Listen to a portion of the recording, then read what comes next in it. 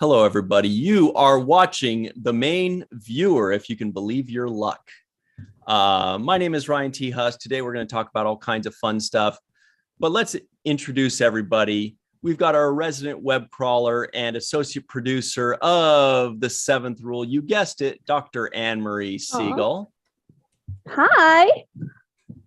We also have a cruise frequenter, but not this last year, most recent year. You know her from The Seventh Rule and Walking Art Made by Melissa. You'll never guess her first name, Melissa Longo. That's my first name. Melissa Longo. She's also been booking some acting gigs lately. More on that, possibly. Yeah. We also have, well, you know, the Dean of Natural Sciences at Duke University, and occasional, we should call him the Duke, an occasional science advisor for Star Trek. He was on the cruise last week with me and Yvette, not England, TJ Jackson Bay, Sirach Lofton, all the goodies. By the way, his name is Dr. Muhammad Noor. Hey, pleasure to be on The Main Viewer as always. Always happy to be here and great seeing people. With some super stylish glasses. Yeah, those are cool. Just so I can see my phone without picking it up all the time. My name is Ryan T. Husk, and that is not the first time that I accidentally said Duke instead of Dean, by the way. I mean, maybe it is. I don't know. I had a dog named Duke. He was really nice. Really? I liked him a lot. Yeah, I liked him a lot. Oh, I have friends named Dean. keeper from Dean University. Yeah. Okay, so today we're going to talk about the Star Trek cruise. Check that out. And all of that fun and debauchery. We're going to talk about, I don't know, the upcoming virtual TrekCon 3 that's just next week already, as well as the first ever Star Trek award show and called the Lappy Awards. That is going to be unbelievable. We're going to talk about Mission Chicago, the new official Star Trek convention. What's up with that? Does anybody know anything that's going on with that? We'll talk about it. We've got some special guests coming in like 20 minutes, so stay tuned for that. All right, let's get into it. Who wants to talk about how awesome the cruise was? Melissa. Well, I hear it was fantastic, but those of us who missed out wouldn't know. Yeah, sounds fun. The previous years have been fun, so I imagine this one was fun. It would have been even more fun if Melissa Longo and Dr. Anne-Marie Siegel had been there.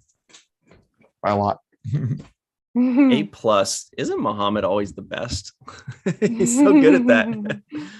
Well, Muhammad, you were on the cruise and you had like 6 panels and or talks and or events. You were hugely busy, especially on the last day.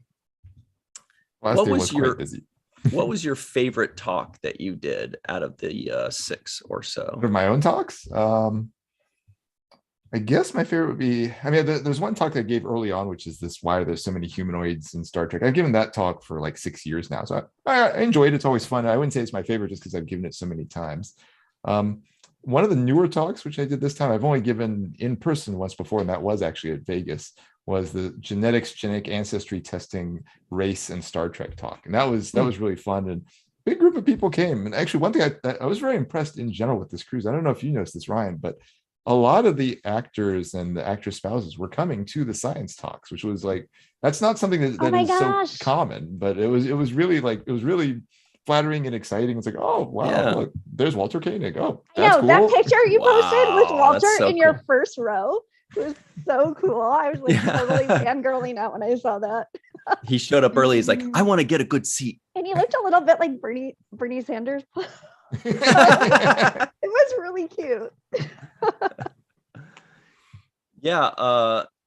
And by the way, Mohammed, when I was watching one of your panels, or one of your talks, I should say, I was impressed, not just, because obviously we know that you know your stuff and you're entertaining and all that stuff, but you were funny. You were telling jokes.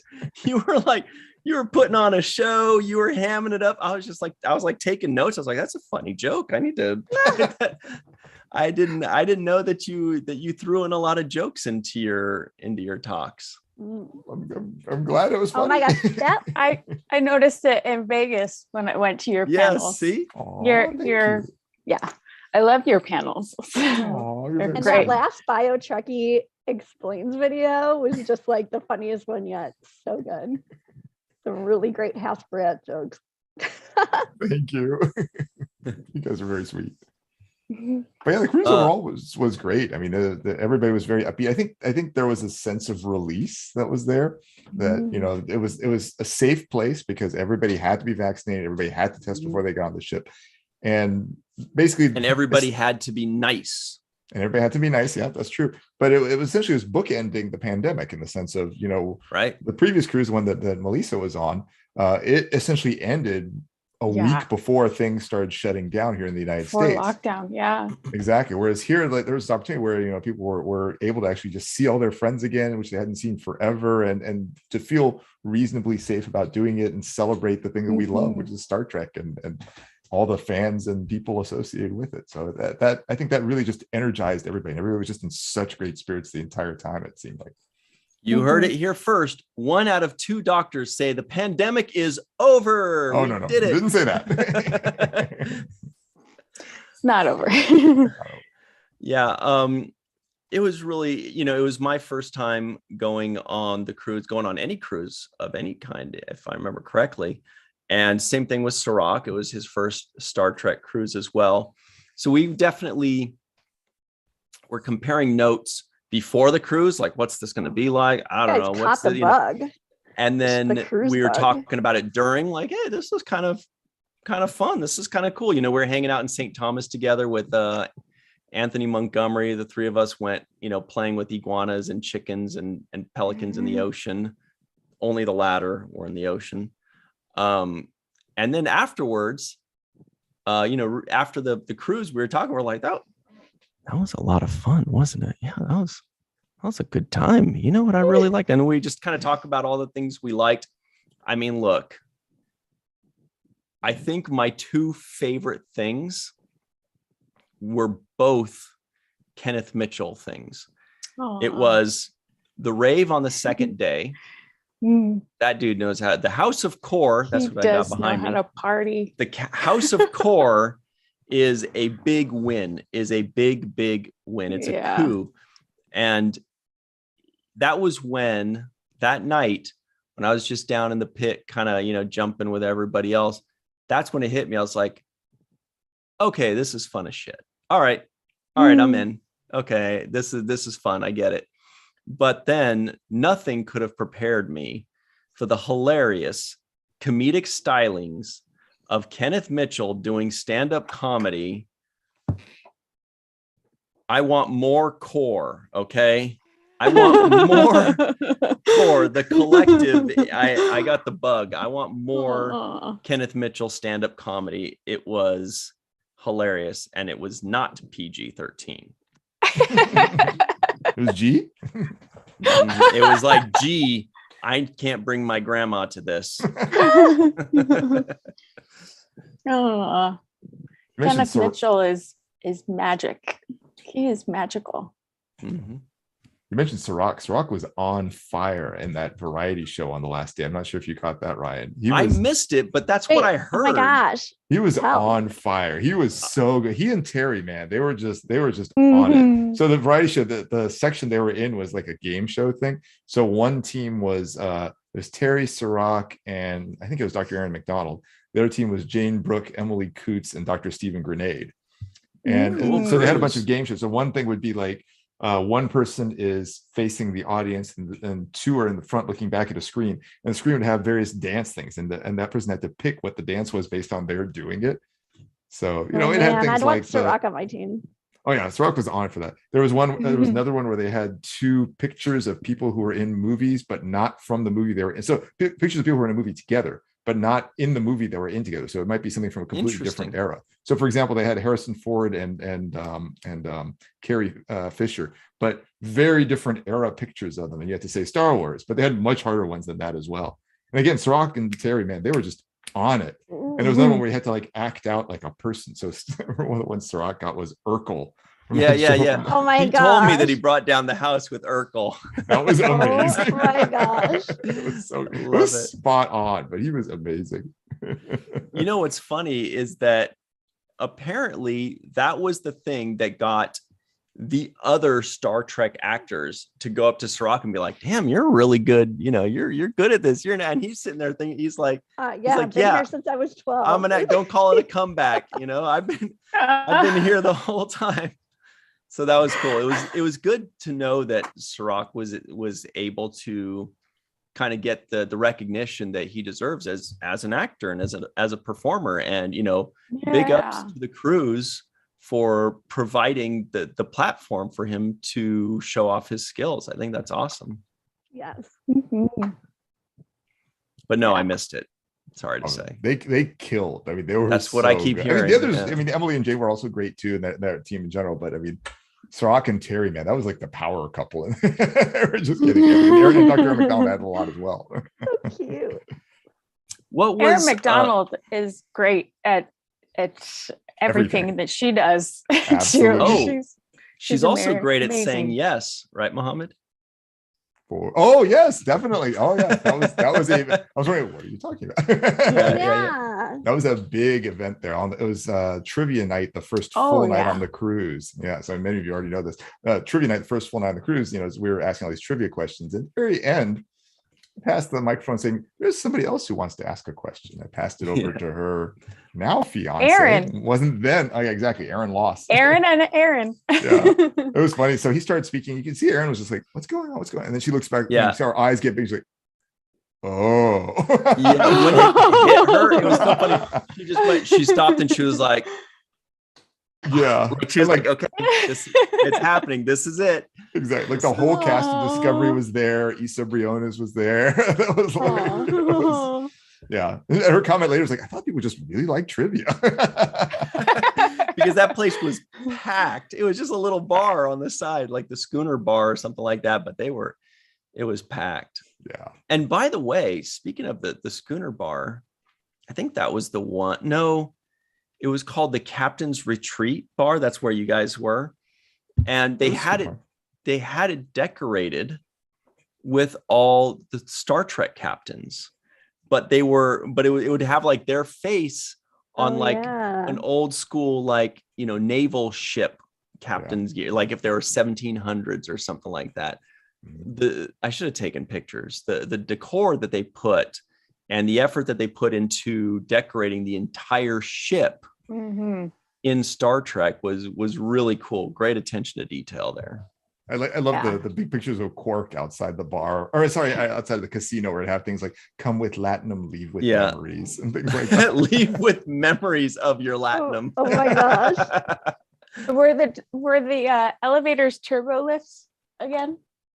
They were. I didn't really know. I think so. Yeah, I mean, I always pretend the elevators are turbo lifts anyway.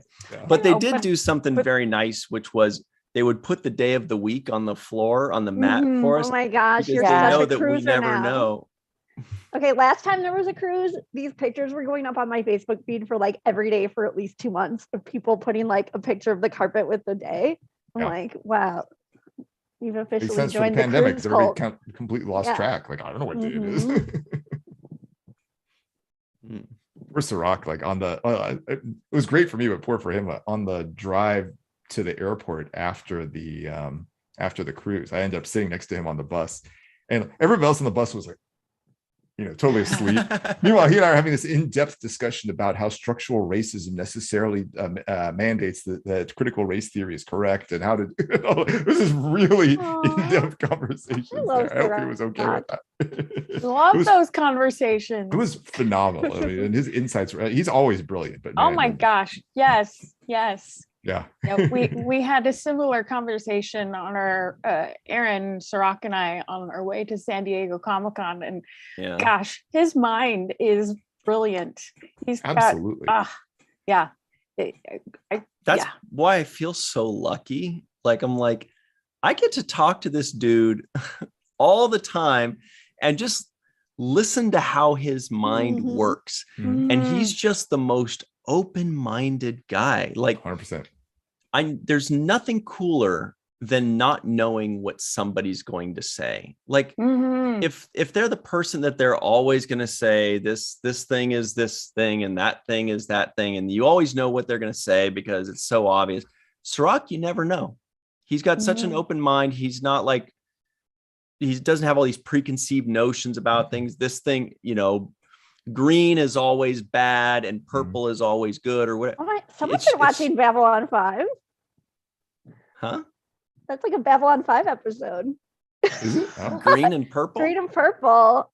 And which stash you wear means like if it's good or bad. Anyway, sorry. No, that was cool. Speaking some Babylon 5 in on us. I have not. I'm sorry to say. What's great too is not only is he open-minded, but he's also a critical thinker. Like, you know, if you explain something to him, he's not just going to accept what you say. He's going to think about it and be like, right, I don't understand that. Why don't you elaborate why that connection is true? Because I don't see that yet. You know, so think about it for the next time you talk to him. Yeah, amazing.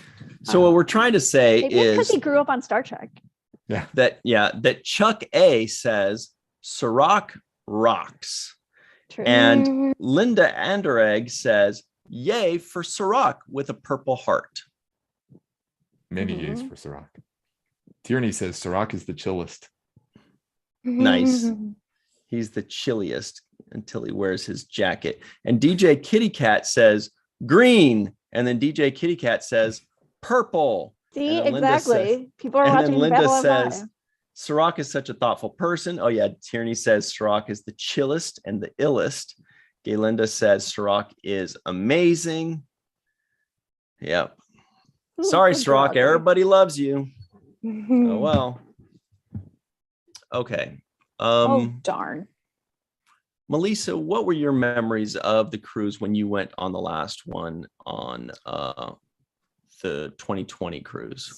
So many wonderful memories. I remember all of the free food. That's not bad too. Yeah. I like food. The stops at the ports were wonderful. I remember seeing Kenneth Mitchell the first time. You know, from far away, and it was like a slow-mo moment where it's like, oh my gosh, it's Ken. And then he's like, can I have a hug? And I'm like, of course. Because he's amazing. And there, you know, there's so many. And then in, where was it? Puerto Rico. Beautiful town that we stopped in, by the way, but him and Chase and Raymond and Parky and I and his other friends that he grew up with in Canada, we all shared a meal together. Mary Chifa was there, and that was a special lunch. And you know, just people too, Homer and I don't know, there's just so much, and learning tap dancing with Gates and Wait a minute, you actually took the class? Yeah, and it was difficult because it was a really rocky sea then. Oh my gosh. Trying to tap dance and keep your balance while the ship is like, Data didn't have any problems keeping up with her. Difficult. I don't know. Well, Data wasn't in water. Data's day. But there were so many wonderful things, and then all of the excursions in the ocean. I'm a big fan of the ocean and all of the creatures in it, and I get starstruck from animals and you know, so all of that stuff. And then learning how to surf on the boat. That was fun too. Yeah. Well, yeah. And any other souvenirs besides the t-shirt, Brian? I love hearing about swag. Well, technically souvenir in French just means memory. So yeah, I got plenty of memories. Physical swag. Shirt. I got a hat that looks kind of like this, but in hat form. That's fun. A really cool That'll look really poster. cool. A really cool poster, very artistic, very artsy, very cool, very. I didn't get the poster. What was that? It's like a. Fine, I'll go get it. Oh, and Melissa's getting a poster. Care of you. Like. Oh yeah, that's right. Yeah. Someone, I can't remember who it was. Someone posted in the 7-year-old group. Christy? Was it Carrie Schwenk? Yes, I think so. Carrie, Yeah. Yeah. She was giving out little snowflakes to people too. Oh, Yeah. so sweet. So See your lips moving, but I don't hear anything. Melissa. Sirach got one as well. That's only Melissa cannot be on the cruise and people still send her souvenirs. Yeah. So sweet.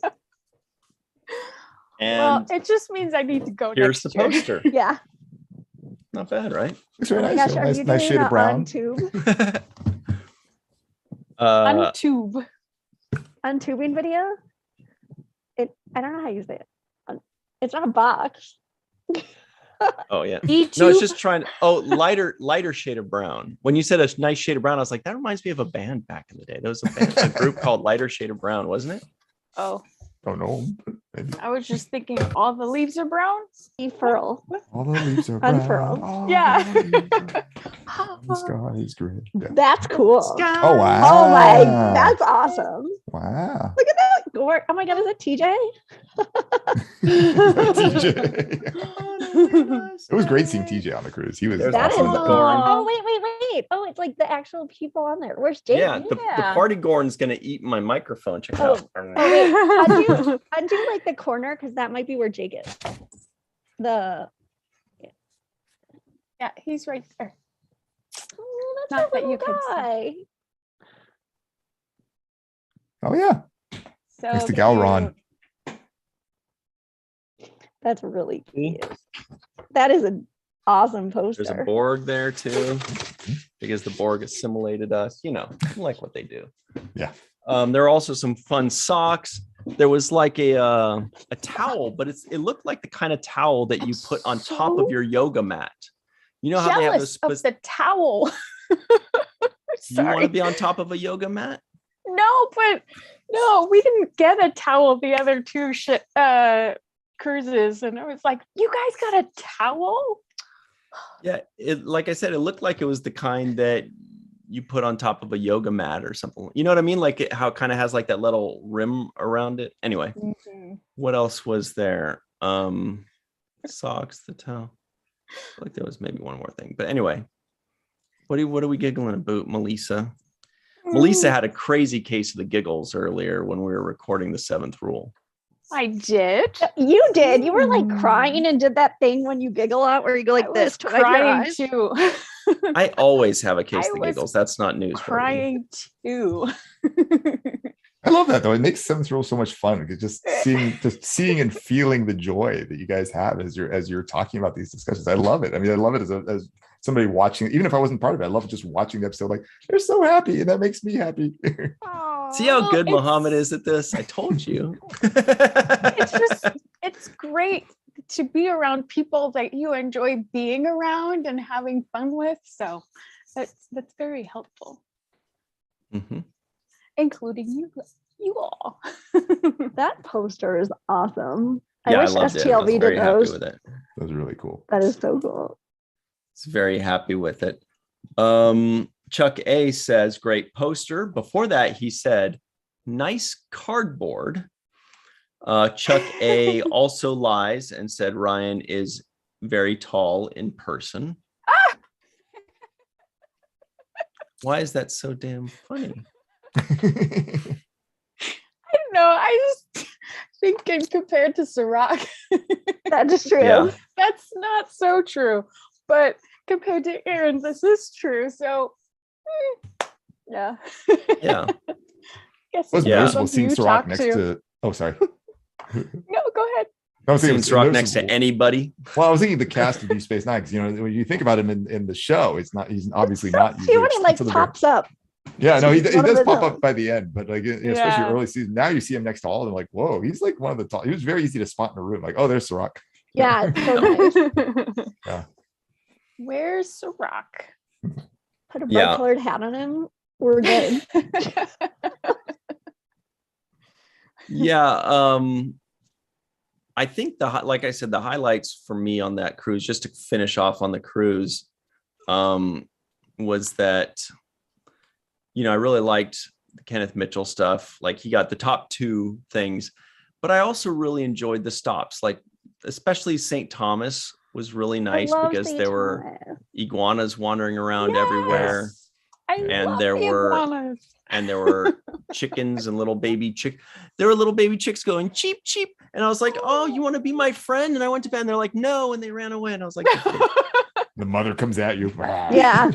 But then you could go swimming with the pelicans out in Megan's Bay, which was really nice, and hanging out with Ciroc and Anthony was a fun time, although I was definitely shorter than both. Were you of the them. shortest one? Yeah. Just everybody was so happy too. Just, it was great seeing like the Sci-Fi sisters. I love seeing all of them. Sabrina, Fran. You mentioned Yvette earlier too. It was great seeing them. TJ was there, so again, another Seventh Rule person being there, and various other groups that like aren't necessarily directly part of the Seventh Group, but overlap. Marina Kravchuk, who's part of like every Trek group and adds a ton to all of them. She was awesome, and her sister Olga, who's a doctor, was with her. Oh yeah, who just had a birthday. Yeah, it was just her birthday. That's right. And there's other groups too, like the Guac and Fries group with Megan's partner, and all those folks were there. Mike and Billy and all of them. Yeah. Oh yeah, they're amazing. Absolutely. Gaze in Space, that group was there. Also, it was all the different Trek groups. It was great. To tell the story about Ciroc and Family Feud. Okay. Oh yeah. So the funniest moment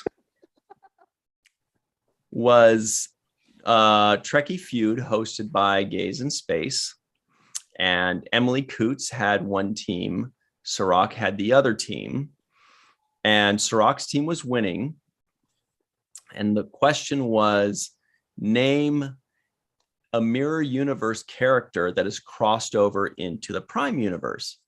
And Ciroc's team was dominated. They're just like Smiley, Giorgio, whatever. They were just Lorca, Dorca. Burke. They were naming them all, running the table. There was one left, and then it's like, and then still one left, and of course, everybody in the audience, myself included, are just thinking, dude, Jake, Jennifer Sisko, man, your mom. Wait, to be fair, he was preoccupied by the attendant.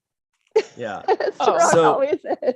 So I know for me, I'm like 10 feet away from Ciroc, and I'm staring at him going, dude, you fucking know this. We just did it, but you don't want to cheat, but anyway, so they said something else like, I don't know, Guinan, or I don't remember what they said, and they got it wrong. But anyway, so then Emily Coots's team, of course, they just scream out Jennifer Sisko. They win the game, and then Emily was like, Sisko, that's like the same last name, and Gaze in Space, Dan Devey says, yeah, that was his mom, and she's like, oh my God, that was your mom. That was exactly the way she said it too. And that's how they lost. That's so cute. It was very funny. Anyway, so without further ado, we have two very special guests joining us, and everybody was trying desperately to guess what it was, but there's no way you could guess it because there were no hints. So we're bringing them on right now. Anybody in the live chat, can you guess who they are? Quick, before they pop up.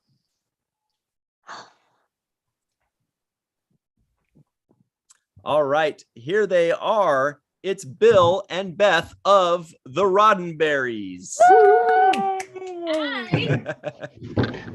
Hey guys. How's it going, guys? I just Great. changed my name here on the screen.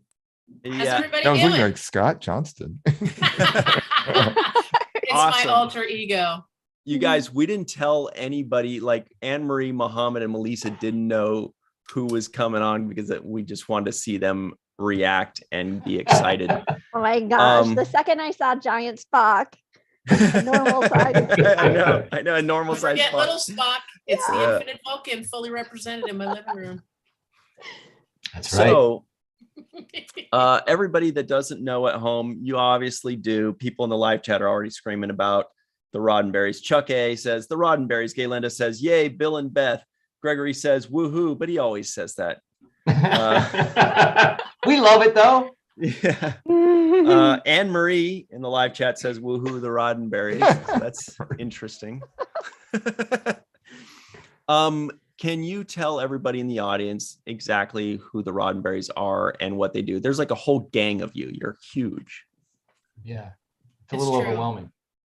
Yeah, I think JG Hertzler said there were like 617 of us. He's kind of officially a member now too. So nice.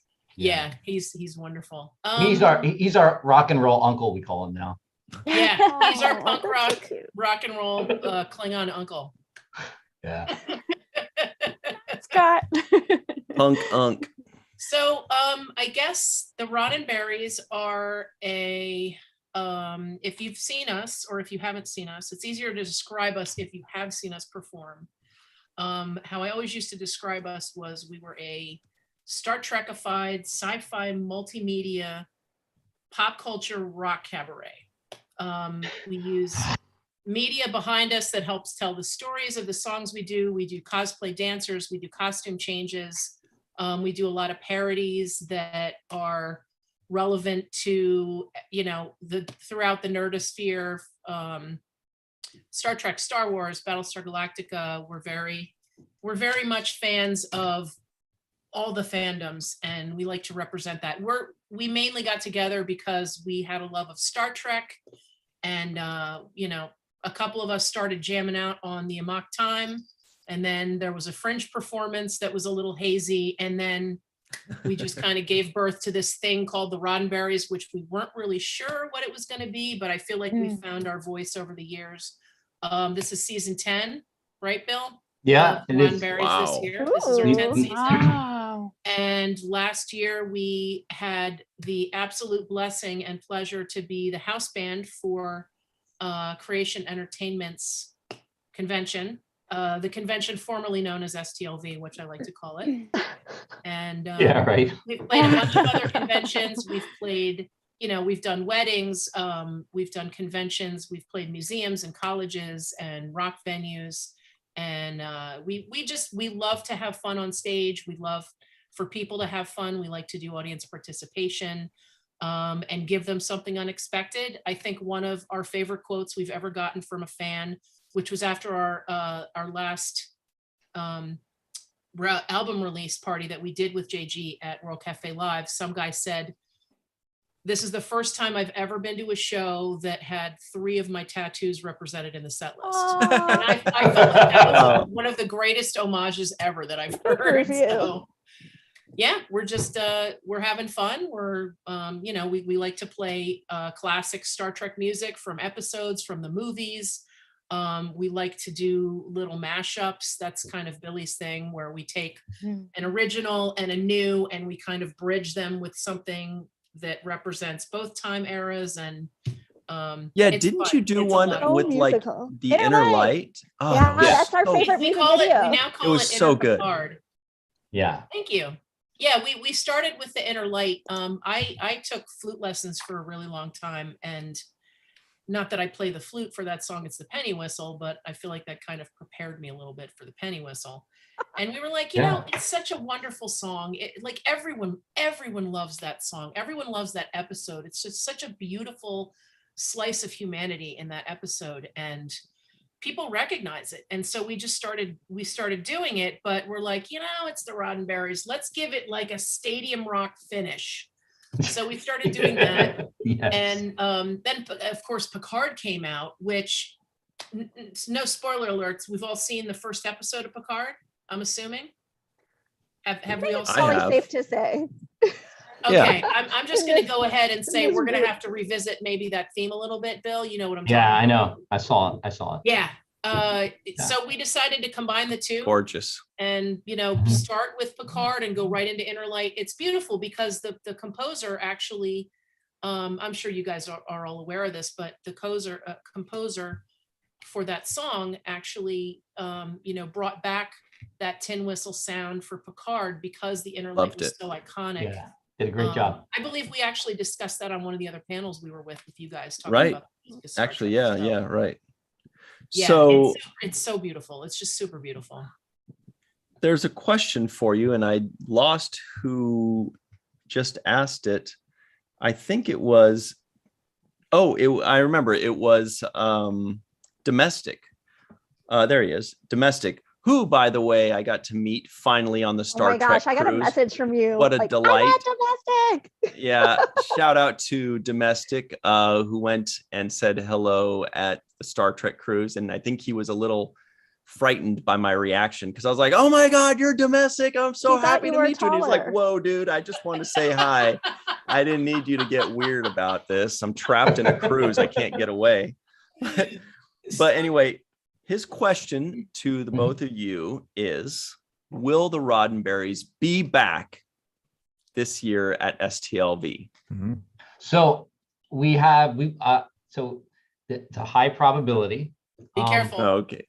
So we're working with Creation.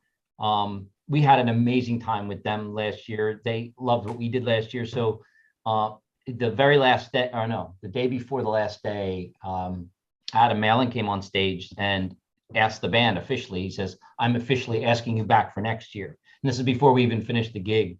So we got the ask from Adam directly. That's great dating etiquette. Yeah, right. So we are we're we got to work through all the stuff that you have to work through. So we're going to do that, but we have green M&Ms, all that kind of stuff. All of that stuff. Yes, exactly. Right. So we're just working. We're divas in that green room. We're divas. I need a life-size Spock cutout in every corner. Only blue M&Ms because of Spock's shirt. It was crazy. What an experience last year was, though, for us. I mean, where we had the green room, like a giant green room all to ourselves, and then right next to that green room is all where all the actors go. That's the actors. Yeah. So we're there, and here goes Shatner in there, and here goes they're all in there, and then every once in a while, some actors were coming in and eyeing up our lunch, and we're like, this is the band. Dominic Keating. Oh, I'm sorry. Yeah, this is the band's lunch. You got to get yours. It's like, and anyway, it was. We had some interesting moments. It was pretty cool. Come on, that was funny. You got to tell them the story. So we come back, we're starving. None of us had breakfast. We were there at like 8 a.m. because they had to strike the whole set for whatever they were doing the night before. It wasn't the symphony, but it was something else. So we had to come back early and everything had to be set up again. So we're really hungry. And we go down, after doing our first few panels, and we're walking towards the dressing room, and lunch had been put in there, and there's Dominic Keating, and he's like going through the bags, and he's like, "Oh, is this my lunch then?" And we're like, "I think maybe the other room is your lunch. You get the snazzy room, man. You got like a fridge in there, and like a huge shower and stuff. Like, we're gonna go next door. Can we please have salad now?" It was funny. It was so funny, but we just kept bumping into people randomly, like coming in and out of the dressing rooms.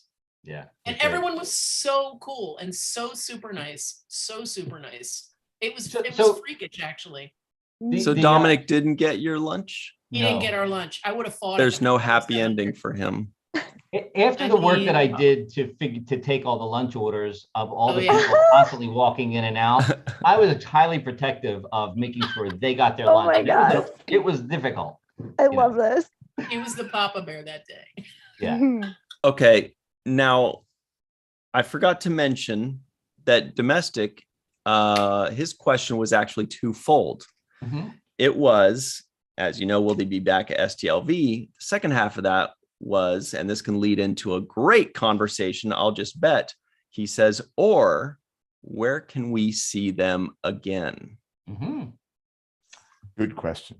Well, we most likely, and I'll just, it's not written in ink yet, but most likely we'll be at Fan Expo in Philadelphia at the convention center. Unfortunately, it's the week of the Mission Chicago. Oh. We are not at Mission Chicago this year. It was not in the cards or the budget, I guess, this year for that. So that didn't work out. We do have a great relationship with Reed Pop. We've done Reed Pop cons in the past, and so it just didn't work out for a few reasons. But that same weekend, believe it or not, there are 6 or 7 pretty big Star Trek celebrities right here in our backyard. That's Frakes and Spiner and Shatner and wow. Who else, Beth? You're on mute. Beth? Oh, Gates McFadden is definitely going to be there. I'm sorry. Wow. Yeah. So they're there, like Spiner's there all weekend. We're like, well, why isn't he? I think Delancey's going to be there too, isn't he? Delancey's there too. Yeah, actually, someone in the live chat said that too. Like they're going to be in Philly. Yeah, and then there's actually a nice big handful of Trek people that are coming to that convention, so it'll be super cool. I mean, it's right in our backyard. We're Philly based, so Fan Expo. It's now called. It used to be. It's the convention formerly known as Wizard World Comic-Con, which remember that one. We've been to a million times. I have actually done. We've done little documentaries on those. Chris Hemsworth. I talked to Lou Ferrigno. He's amazing, by the way. The original Incredible Hulk. Big fan of his. We premiered for we played before the premiere of To Be Takei, George Takei's documentary, and that was at Wizard World like 7 years ago. We played at Wizard World then. But it's nice to go back and we established a really good relationship with Fan Expo, and they have Star Wars, Doctor Who, Ron Perlman, the whole cast of Clerks. Nice. It's very cool. Random.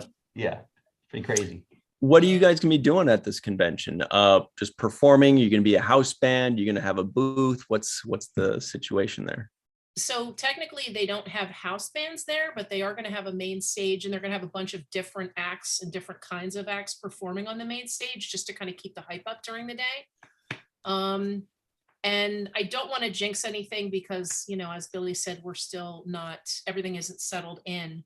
But ideally what we would want to be doing is playing shorter sets during the day at the convention, and then hopefully having a night after party show that's probably going to be convention adjacent. Cool. We did that at the Hard Rock some years ago, and Troy Baker sang with us. It was super fun. And it's right off of the convention center. So it was very easy to get there. It was very easy for people from the convention to get there, but also, our friends and our fans that wanted to come and couldn't get to the convention per se. That's awesome. Yeah, so that should be super fun. And we're also going to definitely have a vendor's booth. So if anybody wants to come and see us and see what we have a lot of new merch, which we're excited about. We're actually really excited about. And if I can mention this in a peripheral, we just did kind of a soft launch of an update on our website that we've been working on for a couple of minutes. Mm-hmm. And we now have more merch available to people. And mostly we're selling that on Bandcamp, but we have t-shirts, we have original fan Trek prints from Scott R. Johnston, which is our resident Klingon. There we go. Oh, look at you go. You're so good. Oh, awesome. Hands on it. You're like Mr. PowerPoint. I love that about you. I can do like 2 things, but this is one of them. The custom acrylic, the Live Long and Prosper pin, that was done by a local artist in Philadelphia who like handcrafts those, and we're trying to go local as much as we can with the merch. A lot of the t-shirts we got from companies that are right in South Jersey. So we're really excited about it. We've been selling the CDs and writing some new songs and getting ready for season 10 of the Roddenberries. We're excited. We're very excited. We've been doing a lot of proposals for a lot of conventions and performances and stuff. So we can't talk about all of it, but we're coming this year to be playing, and hopefully playing more live shows as well once things, because things are opening up a little bit. What's a season? So coming to Philly for that. When you call it a season, what are we talking about here? What's in a season? A year. This is the 10th year that we've been performing Yeah, Okay. we refer to our years as seasons. That's Okay. fun. you know. Because I was wondering, I was like, do they have a show too that I need to be aware of? No, I mean we had different people. Kind of. Yeah. You go to any of our rehearsals. Well, you By the guys have way, so many 100%. people in your crew. I mean, there's like at least a dozen of you in the main core, it feels cool. like, right? So how hard is it to get everybody on board for, a rehearsal? Or when you're being booked and they say, okay, we'd love to book the Roddenberrys, and you go, great, that'll be 19 plane tickets. They're like, whoa, dude. Whoa. Yeah. I mean, how do the logistics of all that work? it's no joke. I'm gonna It's no let joke. Billy answer that one. Yeah, well, I mean, so our ideal is there's like technically there are 20 members of the Roddenberrys in total. Wow. Now, one of them is tech, and we call him our engineer. It's Kevin, and I'm sure you've met Kevin at the conventions with us. Then we have the horn section. There's 3 guys. Yeah. Then we have 4 dancers. So I mean, that's like the full show. We like to bring that entire show. If somebody says, what is your dream? What do you want to do? How do you want to present the Roddenberrys? It's like it's an armada of people. But we also offer it like we'll just do a dance party. So we won't do the cabaret element. All right. We won't keep changing costumes. We won't have dancers. It'll just be the main band, a couple of singers. That's 9 people. And so we have different Horn configurations. section is 3 more people if we put that Yeah. So we have different configurations of what we do and what we offer. But ideally, what we want to do is the crazy antics on stage with costumes and audience participation and a horn section and all kinds of stuff. And that's our our ideal essentially. But what's cool is some latest news with the Roddenberrys. If you see behind me, this is our refurbished rehearsal space. This is wow. Spent a lot of time over the last 3 months gutting my basement and painting it. And this is where we rehearse all the time. There's lots of space and all the instruments and everything is set up. They just have to show up, which is pretty cool. And they just have to show up. But that's so not cool. As easy as though you just made it sound right there. No, they live in the city. There's SEPTA. Well, I am also for sure. My day job is I'm a data architect with a software company. And as a result, I have to manipulate all kinds of data and, you think of like spreadsheets on steroids, that's the type of stuff. So it becomes a spreadsheet nightmare. That's what rehearsal availability becomes. And Beth and I have to manage that. And it's crazy, but yes, we make it work. Most of the band always agrees that Sundays are left for the Roddenberrys. So it's normally Sunday rehearsals and some weekdays, but we have teachers, we have people that are playing weddings on weekends. It's very difficult to herd the cats. Yeah, but at least you have Archer on the screen behind you, so Surprise love. Yeah. Yeah. That's a good incentive. Yeah, well, we as a tradition, there's always an episode of Star Trek on mute while we're rehearsing. Always. Really? I love that. Yes. Do you do a particular series more often? It's whatever I decide to put on. If we're doing a lot of Deep Space Nine, that particular rehearsal, I'll have Deep Space Nine on. If there's a lot of TNG, I'll have TNG on. And then, I'll default to TOS. Oh, you guys are so much fun. That's a great tradition. Yeah. That's a great tradition. Okay. So what I would love to know, you're probably going to be at Star Trek Las Vegas. You're probably most likely going to be in Philly. Do you have any other big things planned for the upcoming year, or anything that you could tease that you can't quite tell us yet? We had a conversation about this beginning of January about what do we want to do. And so if Vegas happens and all the things that we want to have happen, we would like to end the year, or at least have the end of the year be a Northeast Corridor tour.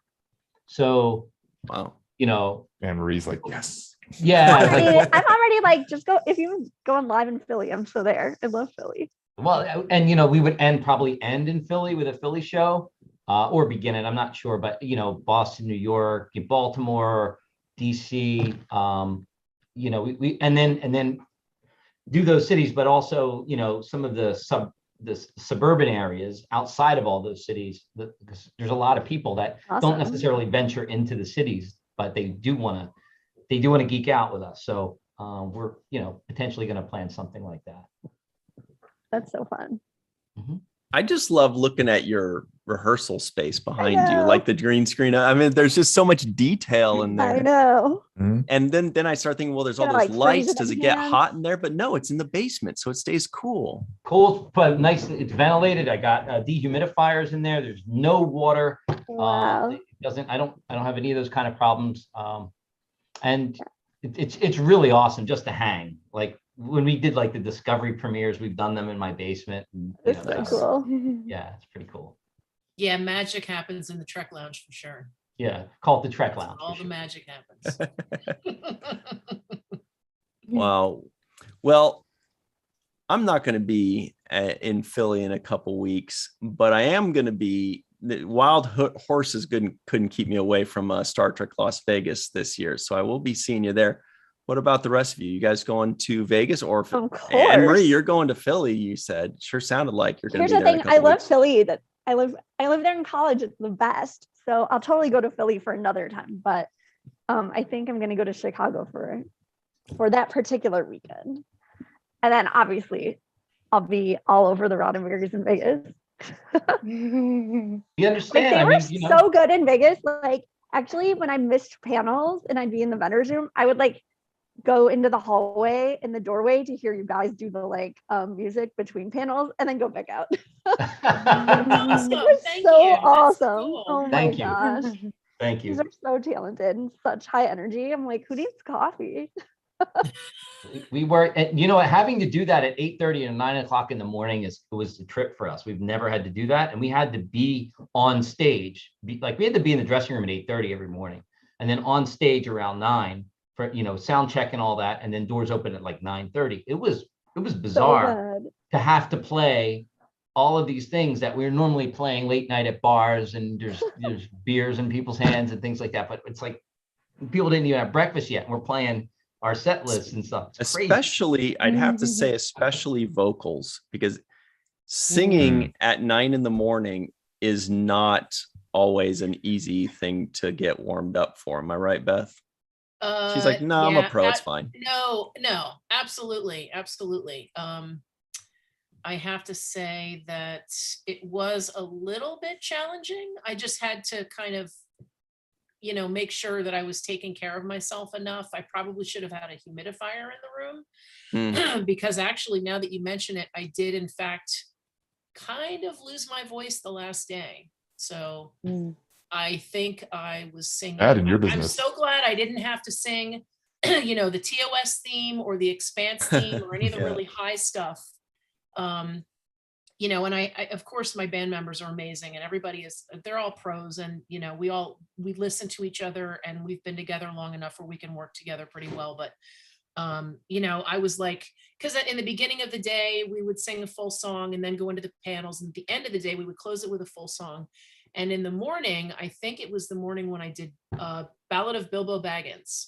Oh yes. And yeah, I mean, come on, it's one of Oh Nemo's. my gosh, I love how you guys know such deep cuts. Well, but I've always done it up an octave from how Nimoy sang it, and that morning I was singing it full on Nimoy octave, like down, and I was hitting it, and I was like, in the middle of the earth, in the land of Shy. I was like, wow, I'm hitting the low notes today. But then by the end of the day, I was like, all right, Ned, it's going to be one of your songs because I can't. We were going to do like Carry On My Wayward Son, and I was like, there is no way I can sing that song. It was horrible. I felt horrible, but live and learn. It was a lot, and we also did 2 full shows on top of that. We did Wednesday night, we did an opening cabaret. Saturday night, we did a dance party for Roddenberry on their stage for the 100th birthday for Gene Roddenberry. Yeah.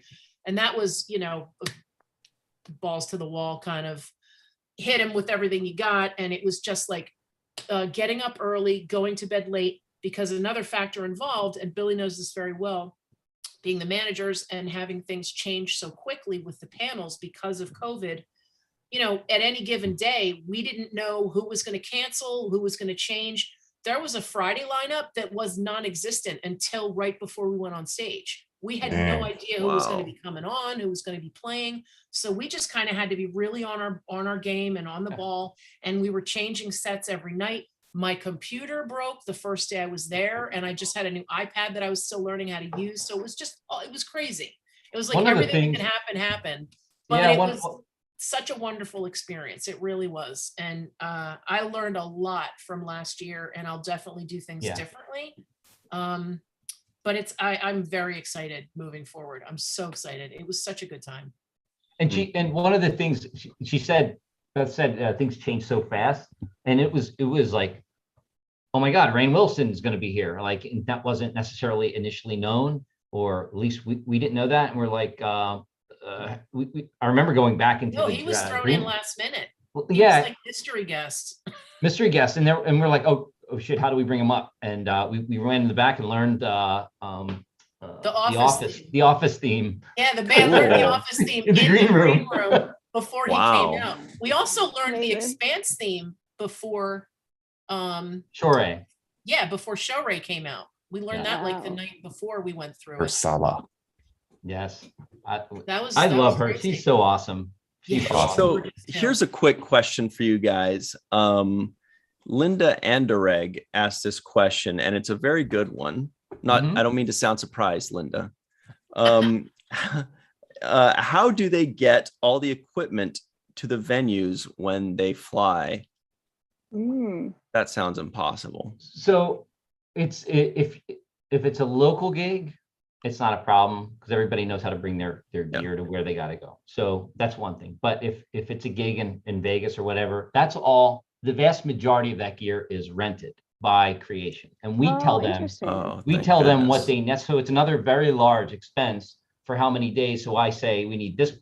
It's not about just I need a drum kit.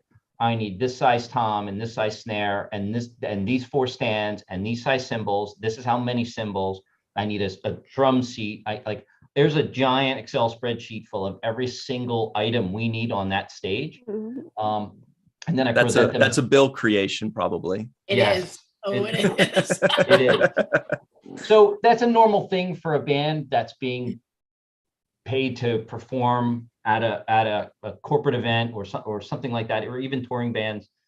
A touring band would normally have their own gear that goes from one place to another, but we just told them, and they rented most of it. There are a few things that the band will bring. Some of the members will bring their own guitars. I bring one keyboard that they can't rent anywhere that's got all of my stuff in it, and so that kind of stuff. But it's not that much gear. Like everybody brings some hand percussion stuff too that they can carry in bags that they can get on the plane. But then it's like when we all show up at the airport. The first time we played Vegas for the Roddenberry crew, how many bags did we have at the airport? It was like 26. 26 bags. Oh my goodness. Oversized bags, carry on. That's how many hours they're on in a Deep Space Nine day, right? Bajor. Yeah. Bajor. By the way, everybody at home. I was like, for a second, I was like, is it Bajor or Bajor? Bajor. Everybody at home, we do have to apologize, but I see Rico E. Anderson is in the live chat, so be sure to hide your wheat thins. Anyway, please continue. Yeah, a lot of but to answer the question though, it's mercifully Creation. We tell them, and they rent that. Cool. Yeah. All right. So I feel like we've answered everybody's questions here. The main thing is everybody go to Philly to check out the Roddenberrys. And if you're not in Philly, then go to Star Trek Las Vegas to check out the Roddenberrys. But regardless, wherever you are, go to roddenberrys.com, buy some of that new cool merchandise that everybody wants. Because it looked really cool when I was scrolling through it there. Yes, I just shouted out in the live chat, but I have to say one of my other favorite YouTube channels is the Roddenberrys YouTube channel. Yes. Choice. Because the videos are so amazing. They're like, a lot of them are hilarious, but also just like really awesome bops. Totally watch them all the time. Thank you. We are blessed to have filmmakers in this band. So there are 3 filmmakers, artists and people that do film production, and the people that amazing editors, and Commandrew, one of our lead. Commandrew is my favorite name. Yeah. Yes. He's awesome. And he does so much of our video content and our social media and our website, and just so much work he does that makes the magic happen. And also Scott Johnston, who's an amazing filmmaker, and he's created some of them. Kevin Gallagher is also a big part of the film production side. But we're just very fortunate to have so much varied talent in the group. And that's the only reason this happens. It's because everybody kind of does what they love, and and it really, we hang out with each other. These are our friends. This is what we do. This is who, like the best compliment of people. Okay, but and Kardashians. I just had my favorite question of all time pop in my head, and you guys are going to be like, that was it? That's not that interesting. But when you said you have 3 filmmakers, it got me to thinking, okay, there are like 20 members in this group, right? Everybody has different talents. Everybody does different things. Is there one talent that a member of your group has that you haven't figured out how to use it or incorporate in the band that you've always wanted to? Like, one's a unicyclist, or one makes shoes or something. Is there something where you're like, we've got to figure out how to, another one's like a balloon swallower or something? Well, great question. J-Warp is a stilt walker. Yeah.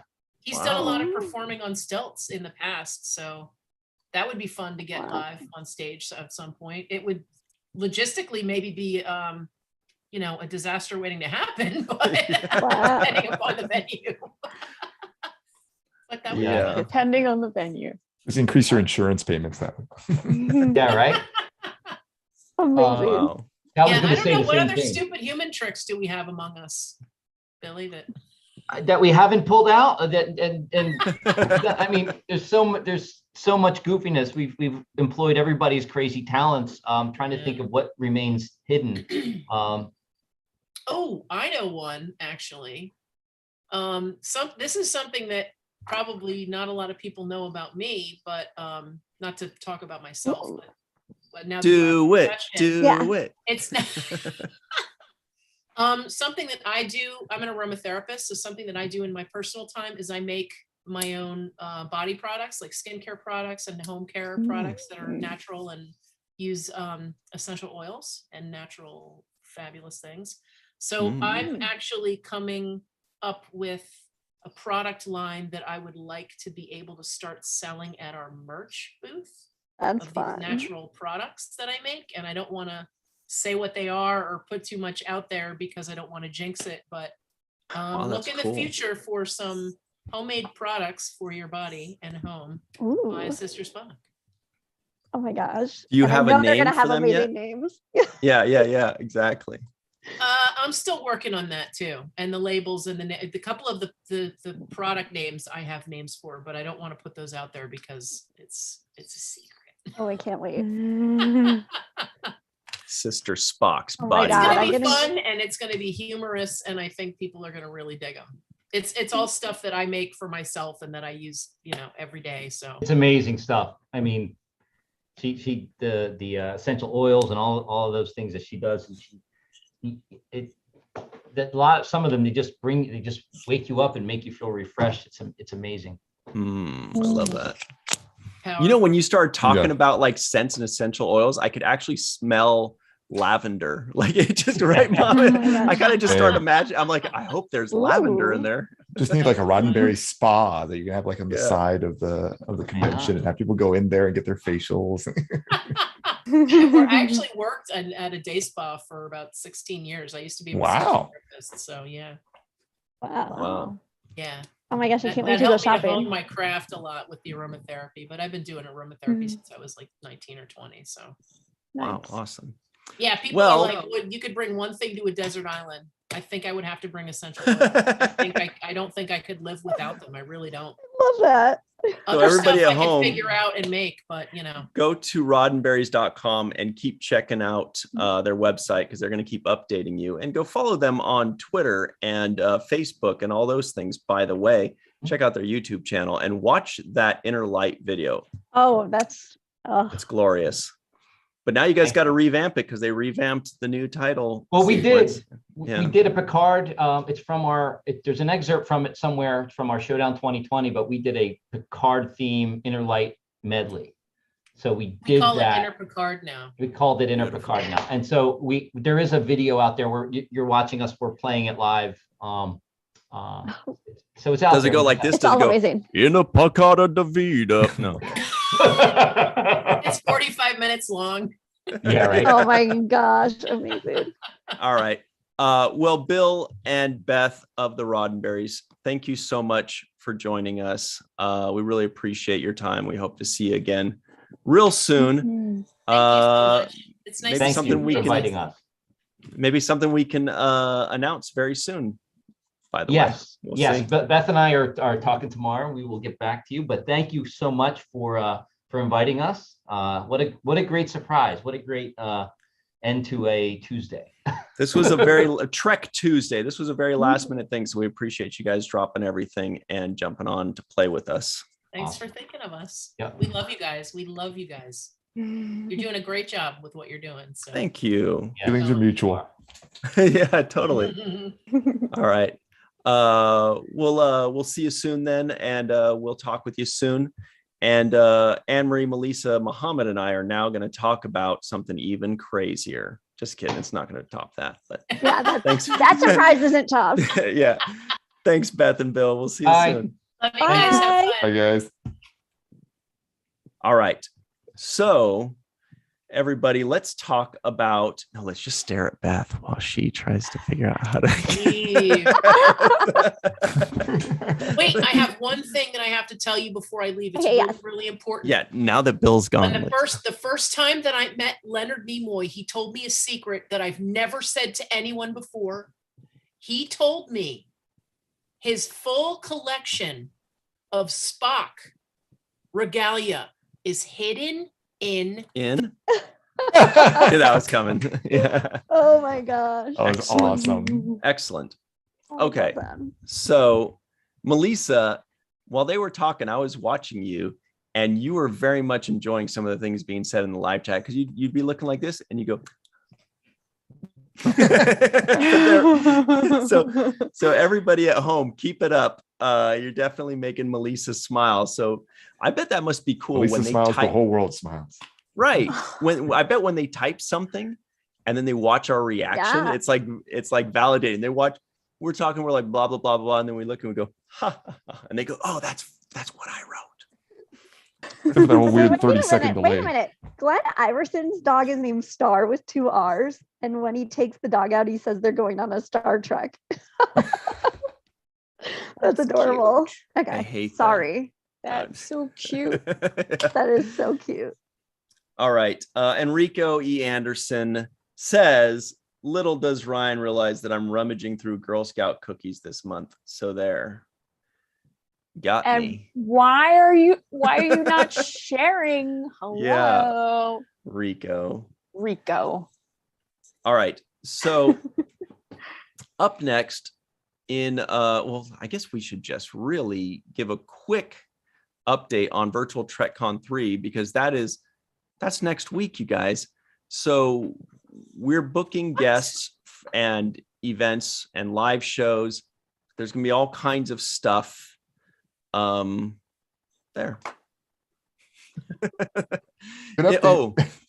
Okay. Maybe we should announce this. Okay. Everybody at home, Virtual TrekCon is going to be 4 days long. It's going to be big and huge, and there's going to be the first ever Star Trek Awards, Star Trek Awards show called the Lappy Awards. That's on Sunday, March 20th. But there's so much good stuff that looks like we got to add an extra day. So Virtual TrekCon 3 is now 5 days long. and it will be starting one day earlier, which is Thursday, March 17th, Sir Patrick's Day, right? Isn't that what it is? Yes. That just happened. Oh my gosh.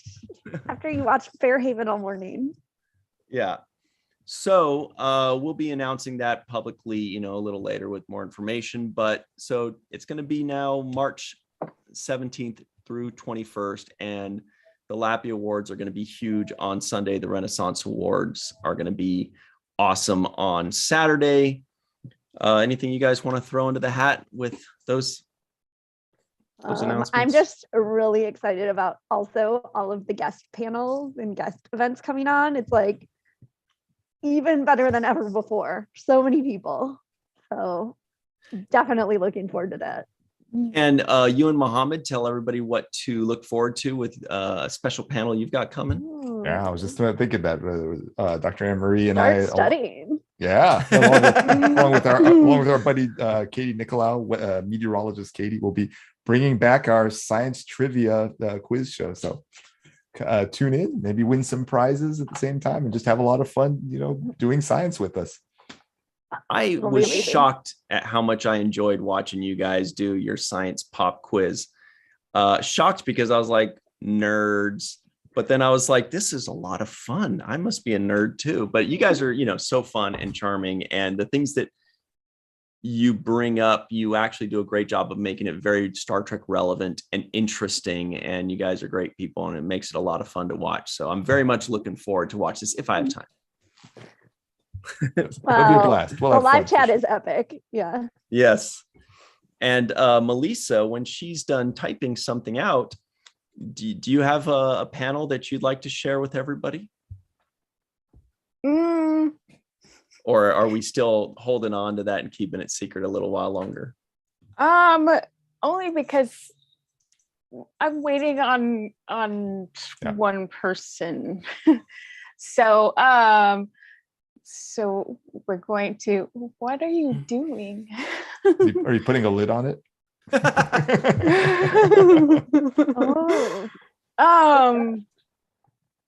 Okay, so Melissa's saying stay tuned is what she's saying. Yeah, stay tuned.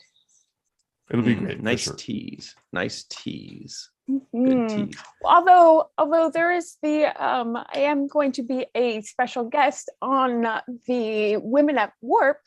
We'll be having a panel on Saturday. So what's the topic? Should be so much fun. New Trek and how it's bringing us into the future, as Trekkies into the future, and how it stays relevant to the past as well as bringing us into the future. Yeah, I love it. That'd be great. Yeah, good stuff. There's gonna be so much great stuff. Yes, everybody at home, you love Women at Warp. You love Melissa. If Women at Warp combine with Melissa, you're probably gonna pass out. But then when you wake up, they'll be watching them, and it'll be entertaining. So anyway, there's a lot of great stuff. Check that out. Go to virtualtrekcon.com for updates, or follow us. By the way, please follow this channel. We are dangerously close to 1,000 subscribers. Please make some new accounts. Falling Towers, like over 1 million subscribers. Seventh Rule is up to almost like 14,000. This baby is just at like 970. Push us over. Subscribe. Yeah, make new accounts like Anne-Marie suggests. Get on your relatives' computers. That's what I did. Every time I see a relative. Your mom's gonna be like, well, my mom already does. My mom. I don't mean your mom. I mean one's volition. mom. One's mom will say, "Can you help me watch Elvis on YouTube?" And you go, "Oh yeah, of course." And then you sign her up, and you're like, "Subscribe." Yeah, exactly. That's exactly how it should happen. All right. So stay tuned for all that, everybody. And next Tuesday, we're going to have a ton of information to give on that, because it'll be 2 days before the official start. We're all going to have, I'm going to be bopping up and down. I'm so excited. You're always like that, though. So what? Yeah, but that's 2 days before the start. Let's talk about Oh, just making sure everybody stays tuned at 9:30 too. So don't go anywhere. I know there's still more to talk about right now, but somebody mentioned it in the live chat and I was like, yes, good reminder. There is a special seventh rule live chat tonight. Yeah, we should have said that at the top. Thank you for keeping us on target there. Since Sirach and I were on the cruise last week, we didn't do our Discovery review, but the Discovery review will be premiering right after this live show in like 13 minutes. So, but it's going to be over on the Seventh Rule channel. I'm hearing some weird distortion. Are you guys hearing that? For a second, okay. A second ago, it was like cause and effect. Oh, I love cause and effect. I was really scared. One of the best ever. Anyway, so check that out. It's going to be on the Seventh Rule channel. Just hop right over to the Seventh Rule on YouTube and watch our review of Discovery. You may even see some other familiar faces on there. You never know. Actually, you do. You'll see some familiar faces towards the end of the show. But let's talk about Mission Chicago now, because I feel like that's not getting as much news as I would expect. And I don't know if I'm going to this. I don't think so. Are you guys going? Any of you? You're going to go. It's a very strong possibility that I will be there. Go. Really, Melissa? Why? How is this happening?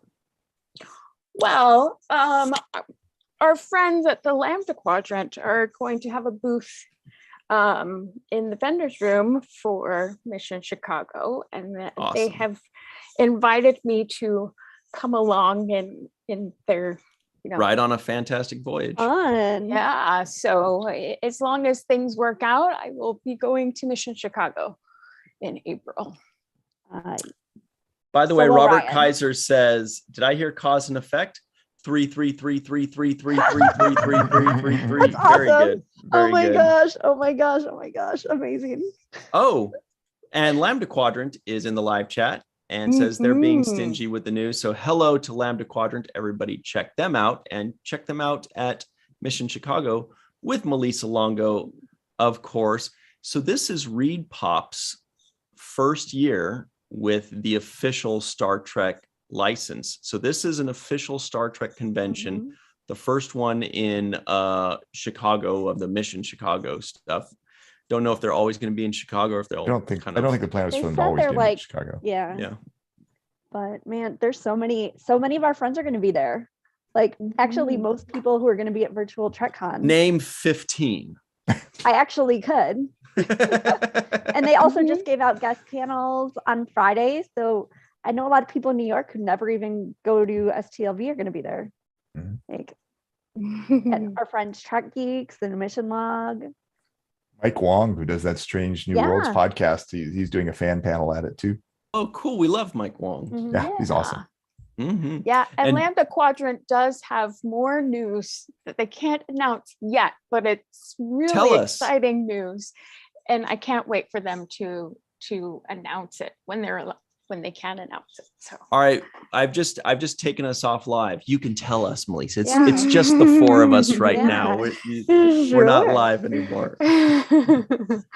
And also it looks like our good buddy David Gregory is going to be there, and he says he'll plant himself at the Lambda Quadrant's table. So Lambda Quadrant, you've been warned. Who are the guests that are going to be there that have been announced so far? Shatner, Nana Visitor, Anthony Rapp, George Takei, Will Wheaton, Issa Briones, Doug Jones, Dominic Keating, Chase Masterson, Anthony Montgomery, Noah AK, Connor Trenier, Alexander Siddig, Mary Kifo. Wait, was that just off your memory, Melissa, or do you have it in front of you? I wrote that. Oh, what a relief. I got very intimidated by that memory. Because it's interesting because they haven't announced all of them on their website, but it is announced on their Facebook page. So interesting. It is interesting. Oh, you're right. Yeah, their website only has 6 announced. Kate, Michelle Hurd, Will Wheaton, Anthony Rapp, Nana Visitor, Doug Jones. Hey, that's enough for me to go. Those 6 right there, though. Wow, those are all 6 big hitters. Yeah. And like the pass isn't that expensive. I think it's like 150 for the 3 days general admission, which is nice. Yeah. That's less than, getting a tank of gas. Oh, I want to know. I live in New York. I don't drive. Yeah, you don't. That's so weird. Well, I don't think I'm going. Anne-Marie, you're not going. You're going. We're all going. Wait, what? How am I going? Of course you're gonna go. It's the place to go. It's the place to be. Okay. Muhammad, are you going? I don't know yet for sure. I have to decide this week, but I don't know yet for sure. I keep going back and forth on it. Interesting. Oh, also, here's a fun thing that I am going to is, let me pull this up. This is awesome. Which, while you're pulling it up, big news with Picard season 3 wrapped last night. Yeah. That is big news. That is big news. So Sirach Lofton and I were invited by our good buddies at Paramount Plus to the VIP opening night preview party for 10 Forward, the experience in downtown LA. So all of that was cool. Yeah. And apparently all the days after that have already been sold out, I've been told.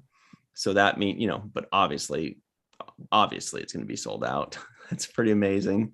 So we're going to that tomorrow. We'll take a bunch of pictures and we'll try to post them unless they're incriminating.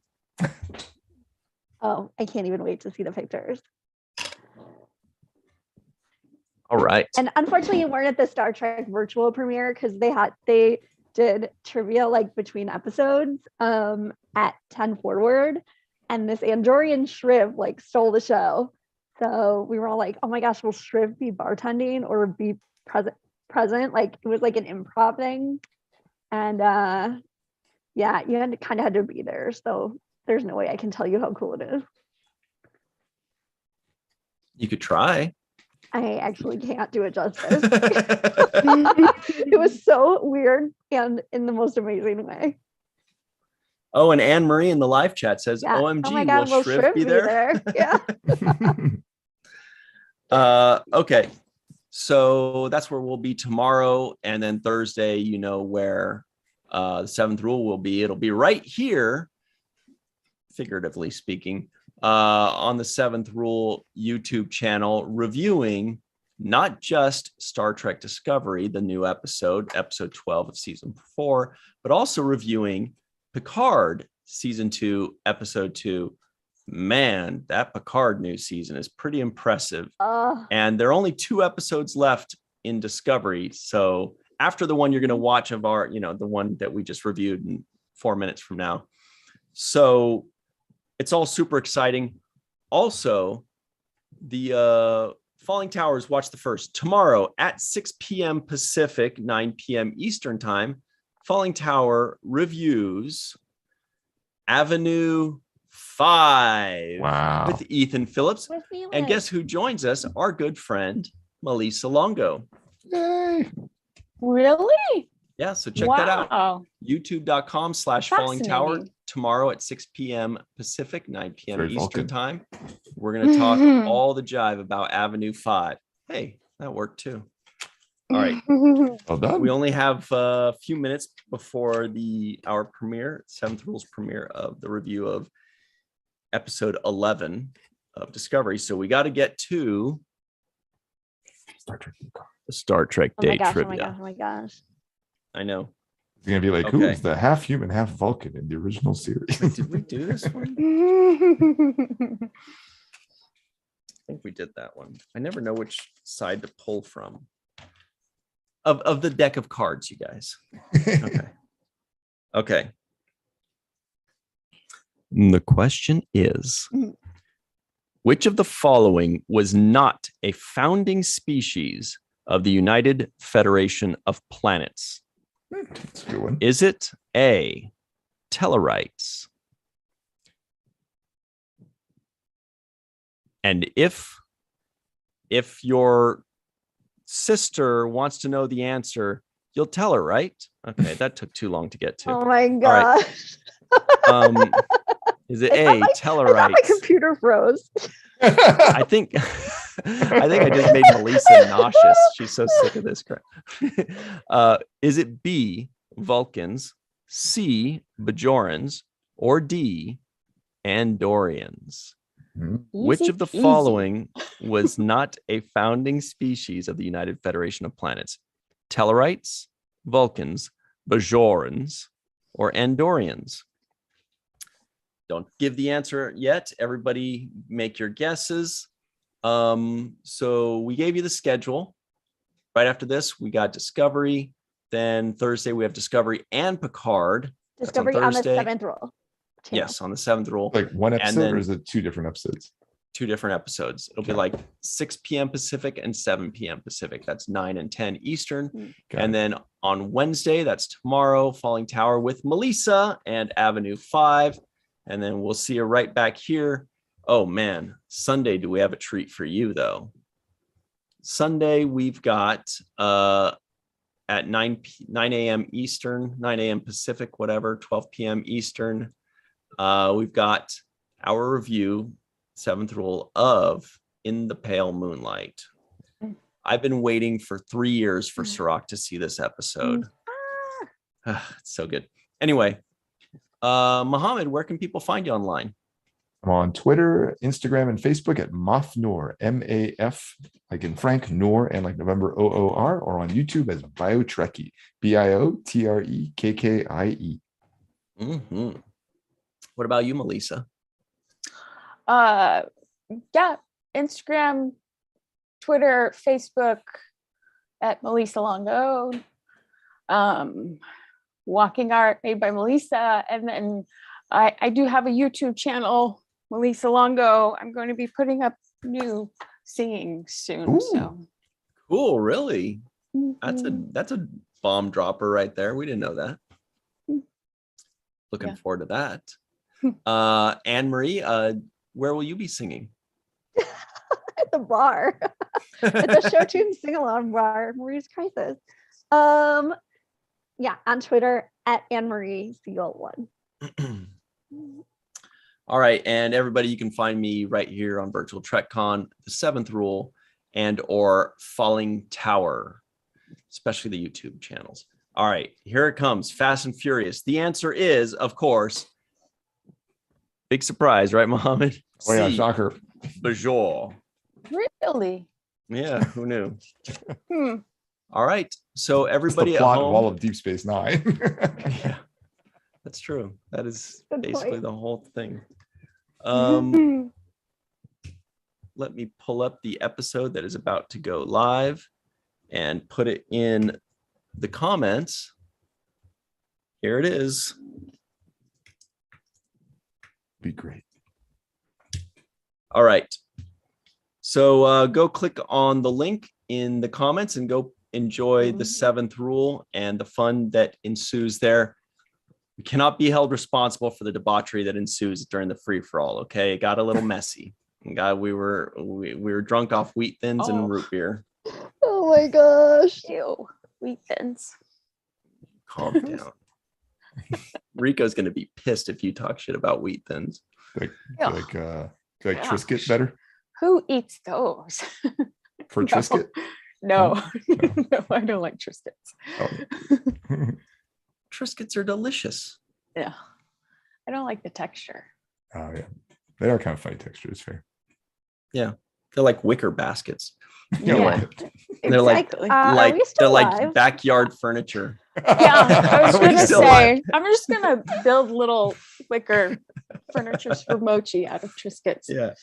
And the second little piggy built his home out of Triscuits. Wait, are we still live? Yes, we are, Anne-Marie. Okay, the live Sorry. chat started. I'm just like, I'm running out of devices. All right, everybody. Thank you so much for joining us, Anne-Marie, Melissa, Mohammed, and everybody at home. We'll see you next time. Remember, when you want to rock out with the Roddenberries, I don't know, put it on the main viewer.